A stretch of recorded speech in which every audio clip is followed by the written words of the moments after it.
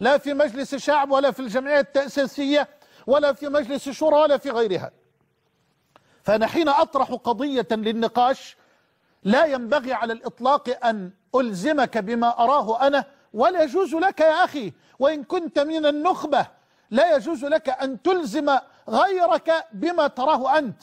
وهذا الذي يؤلمني، أن من يطرح الآن فكرا مخالفا لما طرحه الرئيس يريد أن يلزم الرئيس بما يراه هو صوابا، يريد أن يلزم الرئيس بما يراه هو صوابا. لا حرج أن تختلف، اختلف مع رئيس الجمهورية، اختلف معي، اختلف مع أخيك، اختلف مع أي أحد، لكن هل يليق حتى بقوانين لعبتكم أنتم، هل يليق في أي مكان في الدنيا على أي مكان في الأرض، هل يليق إن اختلفت مع رئيس الجمهورية أن تلزمه بما تراه أنت صوابا وبما تراه أنت حقا؟ هذا لا يليق ولا يجوز. اختلف، بين رأيك بأدب جم، اختلف مع الرئيس ومع غيره بأدب جم، بين له سبب خلافك لهذا الرأي، واطرح هذا بأسلوب مهذب، بأسلوب مؤدب، لكن ليس بأسلوب استعراض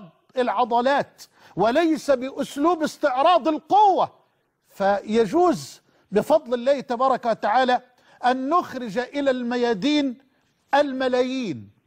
الملايين من شبابنا وأبنائنا وأولادنا وشبابنا ينتظرون كلمة واحدة من عالم من علمائهم وشيخ من شيوخهم وداعية من دعاتهم ليخرجوا جميعا.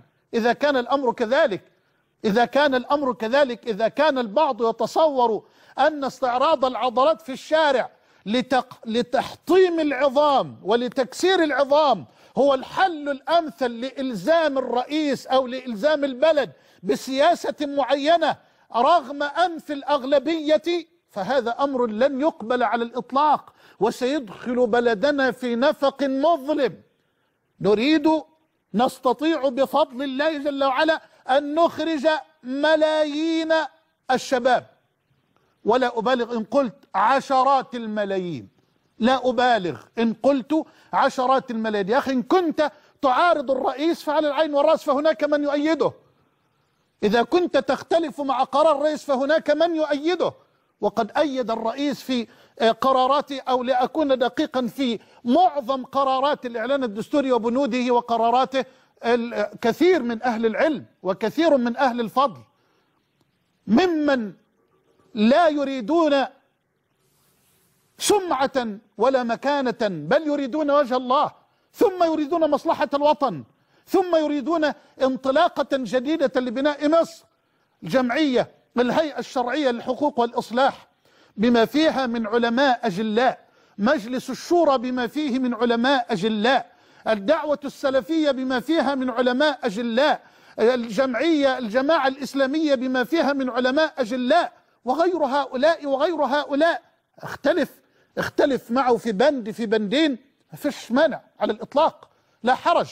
نختلف في المادة الفلانية والمادة الفلانية من مواد الإعلان الدستوري، لا حرج، لكن عبر عن رأيك بأسلوب مهذب مؤدب، ولا تنسى أنه رئيس له شرعية قرآنية وشرعية نبوية ثم شرعية شعبية. لا يجوز على الإطلاق أن يخرج البعض بالأمس وينادي ويقول ارحل. أنت تقول لمن اختار من هذا الشعب ارحل إذن.